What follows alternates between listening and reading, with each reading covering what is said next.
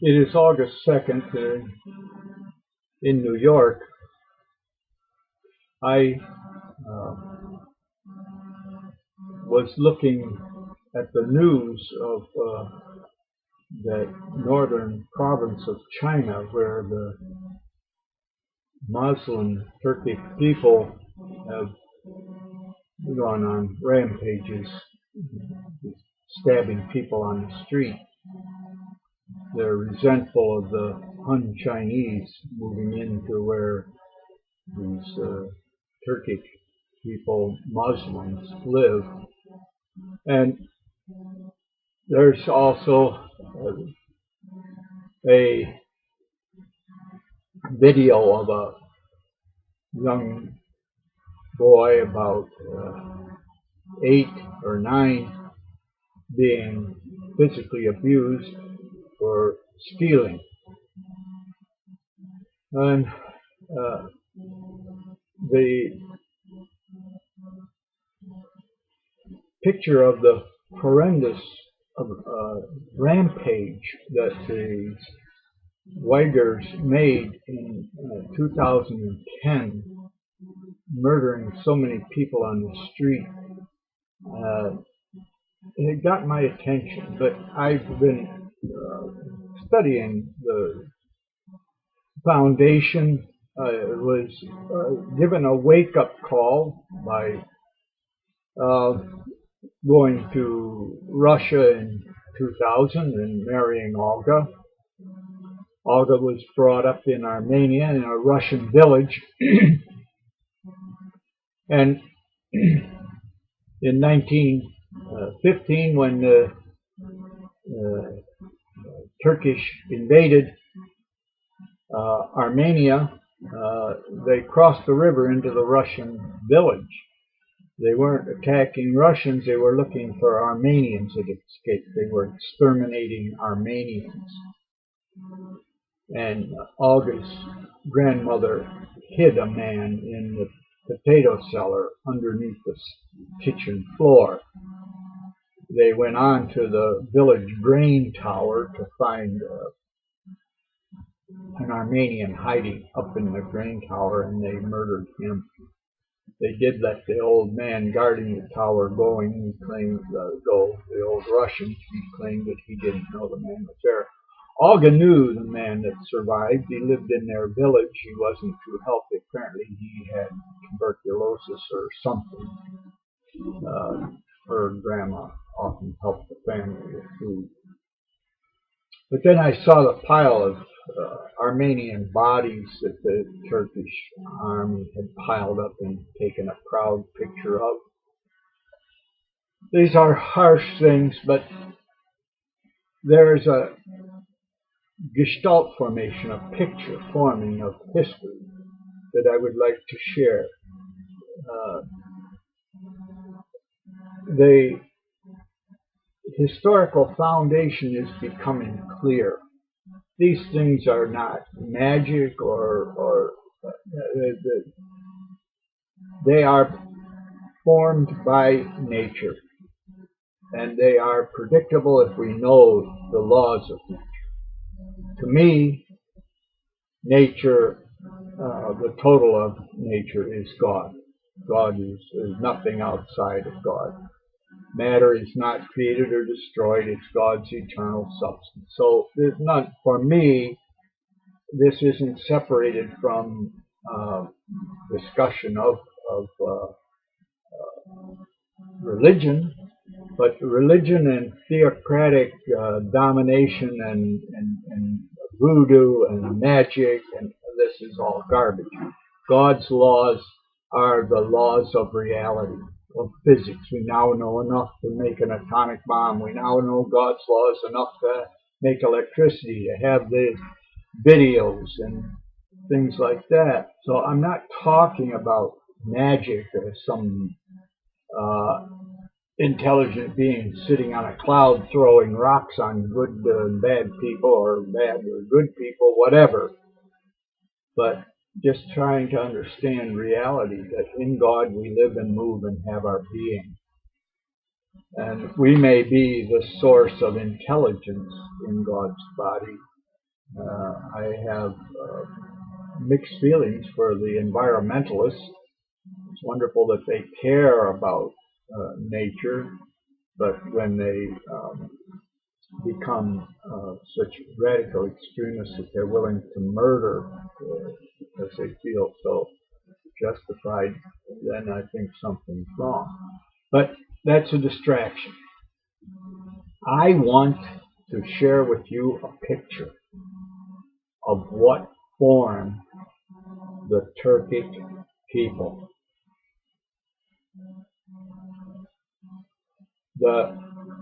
There are a number of important steps. There is the video, the Ket conference on the myth of the noble savage, where the research shows that hunter-gatherer tribes, up to 60% of the men died by violence. And the major sources of violence were two: hunting and fighting with other tribes. And a major purpose for fighting with other tribes was to get their young women or to protect your tribe against the attack. This led to a number of things in general for hunter-gatherers and for humans, because the humans lived for hundreds of thousands of years in this basic reality. Men's brains have about 2 billion more brain cells, and one hemisphere is logical, the other is pattern. Women have both hemispheres of the cerebrum basically the same, duplications. That's why they can have a stroke and there's much less probability of losing speech, because they have duplicates. But why? Women were physically weaker than men. Those that survived were those that had babies and were able to go along to get along and take care of the day and submit to whoever was in control, physically dominating them, and to manipulate their circumstances to their own survival benefit as much as they could. But strength was not a resource for them. Large size was not a resource. Men dominated, and that left them physically weaker, and they survived by their manipulation or accepting what they couldn't change. But you can begin to understand why, like in Russia, they're killing more babies than live births. And if you look and check history, that were sacrificing babies to their gods ever since before you can think of, or just throwing them in the river or leaving them out for the wild animals. The women are ambivalent about the babies. They want to be able to kill them, and then they want you to pity them and give them everything because their baby's sick. Also,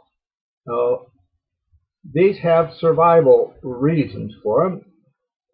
Historically, many women were taken by rape and physically assaulted is how they got pregnant. Why should they care about this product of their victimization? So this ambivalence is genetic.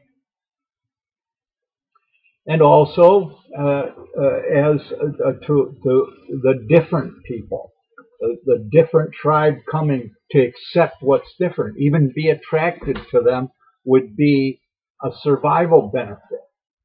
When I taught at Sweet Home High School in the period after Johnson, and they had built Johnson's presidency, they had built low subsidized apartments complexes in the suburbs to get the inner city blacks integrated into the suburbs.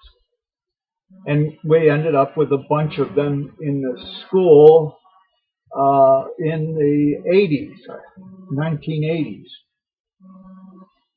And the big problem that they had sociologically was caring about the black girls.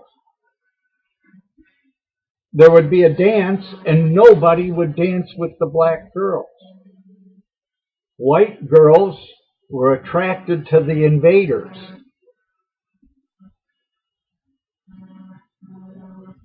White boys were not attracted to the invaders. Black invaders were attracted to those they were invading. What that comes down to is, and it doesn't make any difference, black, white, whatever, it has to do with the invaders, the outsiders, and the people that are being invaded. The women that were taken by the invaders that embraced them were the ones that survived. So that genetic trait would get reinforced.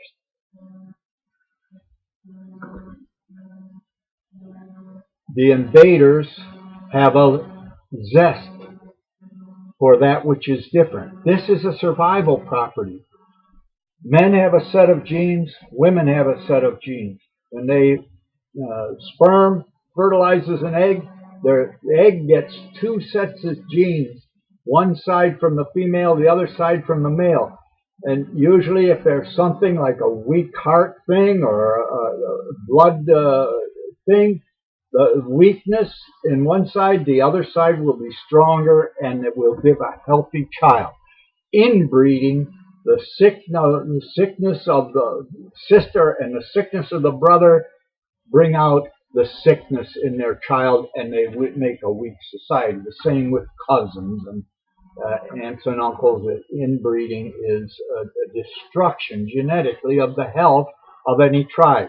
That's why the tribes that survived were the ones that went and grabbed other women. And there are other examples, like you can read in tribes where they shared the women with the other tribe or with visitors. The history of Eskimos, many of the Eskimo tribes would invite the stranger to sleep with the wife or daughter. You can read about these things in Wikipedia or other places now on the internet. So that had to do with survival, because inbreeding destroyed the genetic health, because weakness left no survival ability. That weakness dominated. All right, so these are all natural things. Now, coming down to the Turkmen, they were a hunter-gatherer tribe. In the Turkmen culture, that rounded shoe is because they didn't want to hurt the earth. They were not farmers.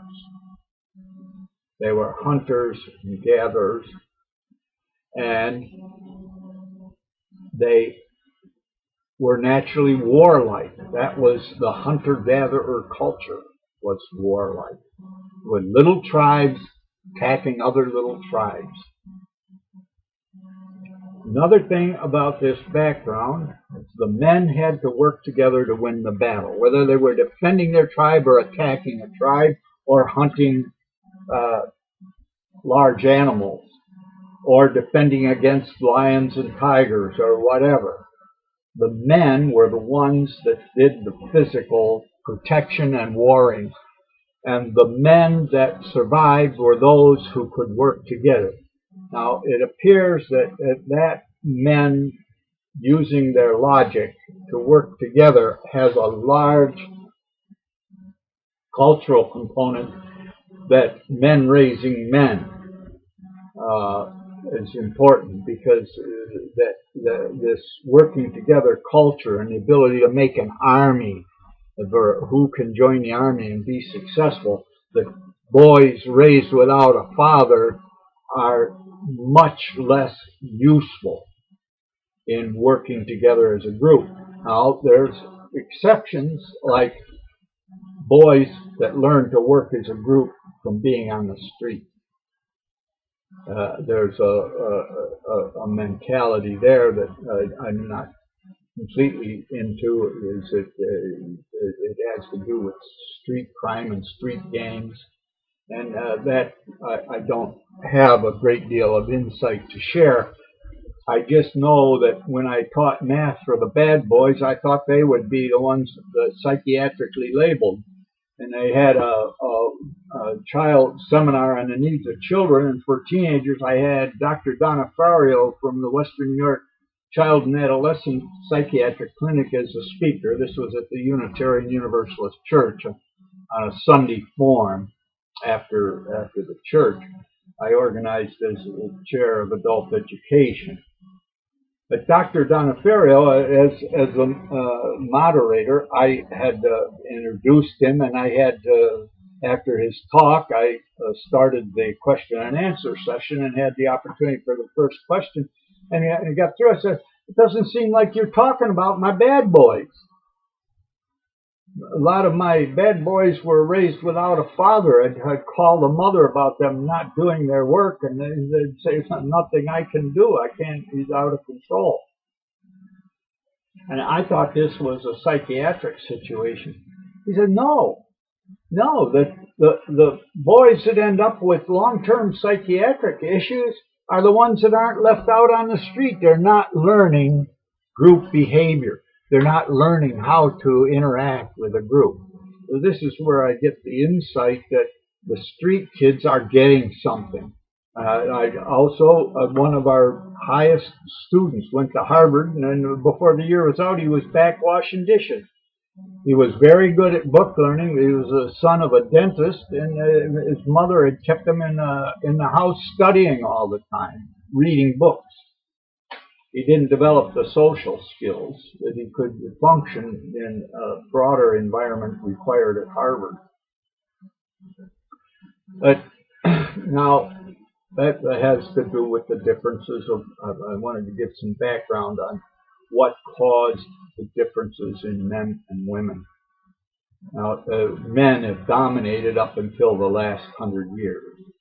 And in the Bible it says the sins of the fathers will be visited on the children to the third and fourth generation. And I've come to believe the sins of the fathers in this wisdom of the ages recorded there. They're talking about when women were given the legal power of ownership and to take their husband to court and divorce them and take the children and home and money. And here in this village right now, if a man hollers at a woman, she can have him arrested. At the same time, she can have her husband thrown out and have another man in the next night with the children still in the house, as long as she keeps the door closed, the door to the bedroom while she's in. But that brings up background that I don't want to get into. I've had too much personal experience with this, and it's another issue to talk about. But the distraction here, the point being, children need a mother and a father to reach their cultural height, to be able to be honorable men. And that has had an oppressive component for women, where they were not honest with themselves or anybody else. Manipulation was go along to get along, and what's their own self-interest? Have another baby? My Aunt Margaret, they had 8 children, and she remembers working in the garden with my grandma, and my grandma was crying. She was pregnant again. So pregnancy could be oppressive. Child rearing could be oppressive. But there was male dominance. Men owned the property, men controlled the women, and made sure that they were good for the children, and that they did their job of making a home. Fortunately, from my Swedish culture, there was respect for men. Now that seems to have gone. Most of the Scandinavian girls are having their first child out of wedlock, and the children are being raised in daycare there also.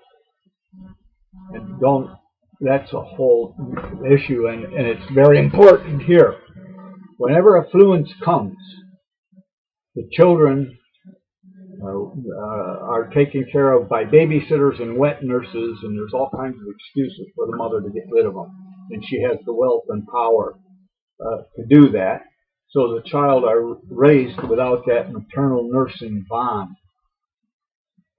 And it makes them tend to be sociopathic, tend to be, the stages of development are loving self.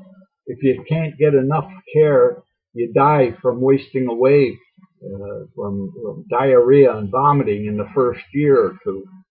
But if you get enough love that you can survive those first 2 years, then you care for yourself. And some who survive don't care very much for themselves. I had a very good friend who survived, but we never had any intimacy, but she was very honest and she was a good friend. She confided in me that she was sadomasochistic. Her mother and her father was an alcoholic. Her child care wasn't very good. And with her alcoholic father, early teen, she tried to commit suicide by putting a plastic bag over her head, found that it was erotic, and she had a climax, and she ended up in sadomasochism. It turns out there's a network of them in Buffalo, New York, and they know one another, and they communicate and agree on who likes to be beat and who likes to be beaten or whatever. And it's out of respect for one another of a kind that I never imagined existed. And she was a good, honest friend. I took her to gospel meetings, and she knew that wasn't what she wanted, but she respected me and was open and honest with me. It was a blessing for me at that time because I was brokenhearted. In my family, I had a son-in-law and a daughter-in-law had committed acts that completely destroyed the beauty of having 3 children and 13 grandchildren and having 3 family get-togethers in this home where I cook a turkey for them. That's another issue. All these things add to wisdom. It's not a wisdom that you get in a public school. It's a type of wisdom you get with homeschooling if your grandparents are still around. But getting back to the Turkic people, they were part of this hunter-gatherer society of tribes. They didn't get into agriculture.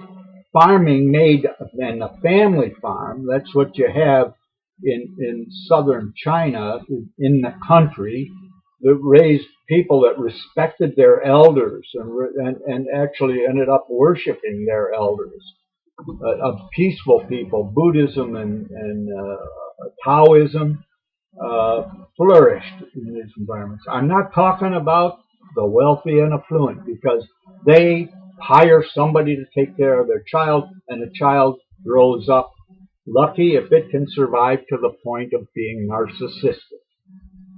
Everybody, every little baby needs to be cared for. They are narcissistic. They are like lords. They go, and you run around and give them food, and all they can do is take the perfectly good food and turn it into a diaper change. But you love them if you've had enough love to grow and love your mate and conceive a child out of that love and love the child unselfishly and make a home for it and work for it and protect it. All of these things are levels of love that daycare doesn't provide. Babysitters don't provide. Wet nurses don't provide. So the wealthy get their child cared for by someone else, and it grows up. Luckily, if it can, the next stage after narcissism is homoerotic, liking others like yourself. Boys like boys and girls like girls. That's normal. That's natural. If there's enough love and security, that gets boring, and in the teenage years, not like self becomes interesting. Heteroerotic. It's still selfish. It's enjoying the erotic pleasure and excitement. But then you marry someone and you have this little baby, if you have a secure foundation, you would die for that child who can't do anything for you. And that's where you need a mother to make a home with a nursing bond. The child knows the mother's voice and is relaxed for long after a year's birth. And another woman saying the same thing causes stress. The study of the communes showed everybody's baby was nobody's baby. And here you have Hillary Clinton, who ran for president, and she says it takes a village to raise a child. That is an abdication of responsibility. When will children's rights be protected? And they'll be born into a home where they have a caring, nursing bond with their mother, and a father that created them with the mother and is committed to providing and protecting a home for them. These are the laws of nature. You get beyond genetics to culture, and the family farm was the basis of the healthiest cultures in the world. But the cities and affluence always gave rich, wealthy people to get the power, and children were degraded by daycare and babysitters and wet nurses, and they inherited the power. So you had things like reacting to the Islamic invasions and horror and terror. You had French lords that liked to beat people going out, and they were in charge of the army. They were the generals because they were from the powerful, affluent, and they were raised without the ability to love. One fourth crusade, the French lord got sidetracked with the goofy lords from Italy. Instead of going on and freeing the Holy Land, they went to what's now Turkey, Istanbul, what was the name of it? Constantinople, and attacked the Orthodox bishop to get the money and tortured him to make him tell where it was. And this French lord had a history of torturing. He was a sadomasochist. He was raised by a babysitter. He had no capacity to love. That's what happens to the affluent. It takes a loving home. That's where the farm family is so important. The nuclear family. And that's why the home teaching is so important. Homeschooling. California tried to outlaw homeschooling, and the studies showed, yes, the children in homeschools need to have other activities that get them involved with other children, but the children in homeschooling do better on the average than the children in the school. Number one. Number two, the children homeschooled by a loving mother that has no college education do better than the mother with a college education. And the one with the college as a teacher does the worst at homeschooling because they don't have the ability to respect their child in a natural way. They're taught to control a class size of 20, 30, or 40 and sit down and shut up and behave. And not promoting the natural growth that can come out of love. And oh, you're interested in this, well, let's study these animals. Let's study how that grows. Let's study how we can raise this plant, or let's study how we can raise this animal. What you're interested in, let's study it. It's home teaching and natural growth. And if they had the grandparents around and were raised with love, that they loved their grandchildren, you'd start to have a wonderful culture.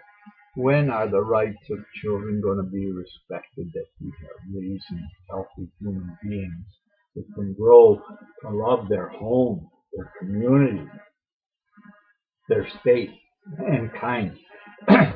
One of the things here, just quickly, the brain growth stages, things get hardwired. The early years, no child should be required to memorize the thoughts of others until they're close, like 12 years old, and can do critical thinking and reject, or because if they're brainwashed, like they're reading the Torah or the Quran at an early age, they have no choice. There's a wonderful reason for it. If you look at the 2,000 years of the Jewish culture having no place to live, no homeland, and in 1948, create a homeland for them, and here's a people already. They're already Jewish. The culture of memorizing the Torah, young boys memorizing the Torah being the foundation of the culture, kept it alive 2,000 years and grew it. Many Russians converted to Judaism. So it's developed intellectual properties, although not very good objectively. Very intellectual, very abstract, can make all mathematics that the space is warped and your mind is warped, and they can make probability theories that you can't know whether to poop or get off the pot. That's the lack of common sense that comes from natural learning, because the children were programmed. That's why the communist revolution was such a terrible failure. If you look at the results of it, but it was largely these indoctrinated Jews who rebelled, but they didn't have a foundation. Common sense and intuition. For men, intuition is the nonverbal knowing, and common sense is the logical knowing. But those things come from hands-on experience in reality that they don't get being raised in apartments and going to daycare. They don't get it. Even if they memorize the Torah or the Quran, they don't get it. All they can do is rebel or comply, but they don't have common sense and intuition. Their idealism is an abstract reality that doesn't exist in physical truth.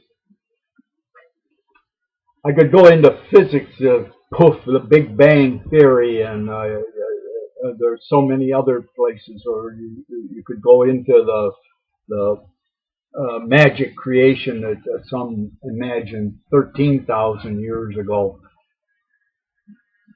Reality is here. In it we live and move and have our being. Matter is not created or destroyed. There's no warping of space. It goes on forever. It's hard for us to imagine things forever because our existence is finite, that we're participating in. That's another thing. I want to get down to the Turk background. And if you think about it, what a wonderful thing life is. That the earth has been stable for 5 billion years of development of life. And if the development of the DNA and the chemistry and the environment was destroyed, at any point it'd have to start over again. We are part of a 5 billion year old life. And we're the most intelligent part of it. We've got to start using our brains to serve reality rather than some abstract human construct. We've got to stop brainwashing little boys and girls that they don't have common sense or intuition that coincides with reality. They might have power because they were part of an affluent class, or they developed a highly abstract brain. But that's another thing. Let's go back. The Turkmen were hunter-gatherers.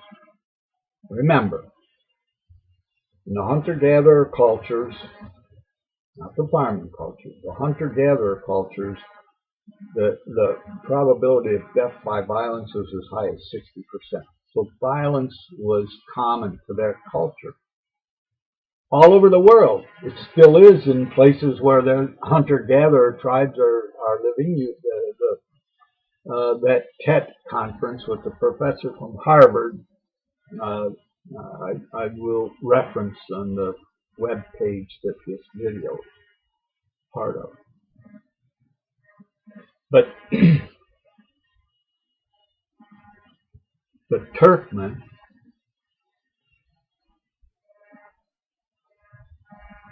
were warlike people, as were all hunter-gatherer tribes, or that was one of the groups that tended to survive. The other ones that just went along to get along and shared wives between tribes and that kind of thing, invited the visitor in to get healthy genetics. Those kinds of things had some survival characteristics too. But the Turkmen were a violent background, as were all of us at one point. But they did not get into farming. They didn't have that genetic modification of being farmers and having family farms and the intimacy of family child rearing and the fellowship of it. But they did have the fellowship of taking young men on these hunting and training them to be warriors. And then around 4,000 years before Christ, they started domesticating animals, started herding. Somewhere along there, they domesticated the horse. Once they did that, they were no longer a tribe attacking on foot the next tribe. They were able to build an army and go on conquest, rape, pillage, and plunder. And they did. That's why the Great Wall of China was built, to try and keep these barbaric people out. And they pushed the seven churches of Armenia, where they pushed into that. They pushed into Iran, they pushed into China, they pushed into India. Rape, pillage, and plunder. And then Islam come along, and that was exactly what Muhammad said he could do in service to Allah, to justify it. And that's the truth. That's where the piles of bodies come from. Now, this reality needs to be recognized.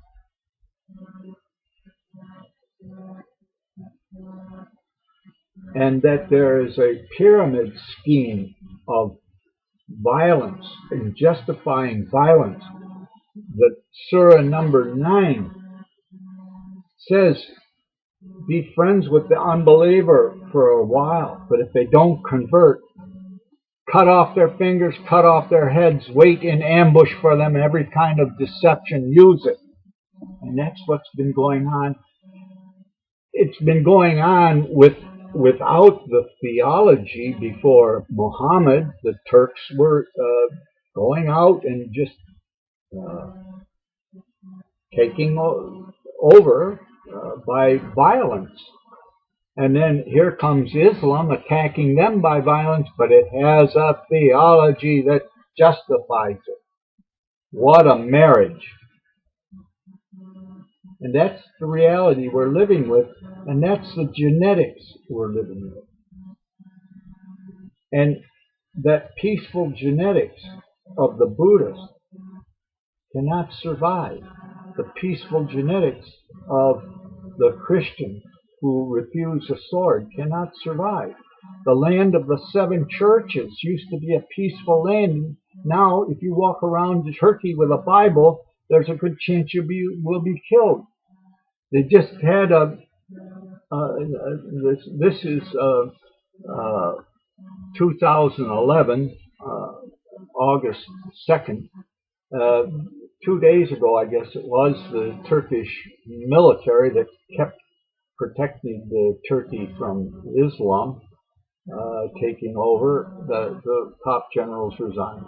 The Islamist party has control. On my website, I talk about the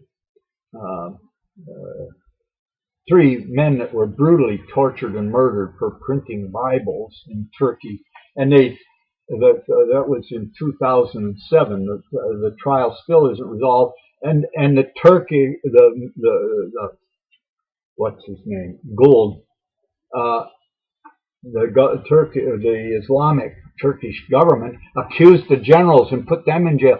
That it was them that were behind.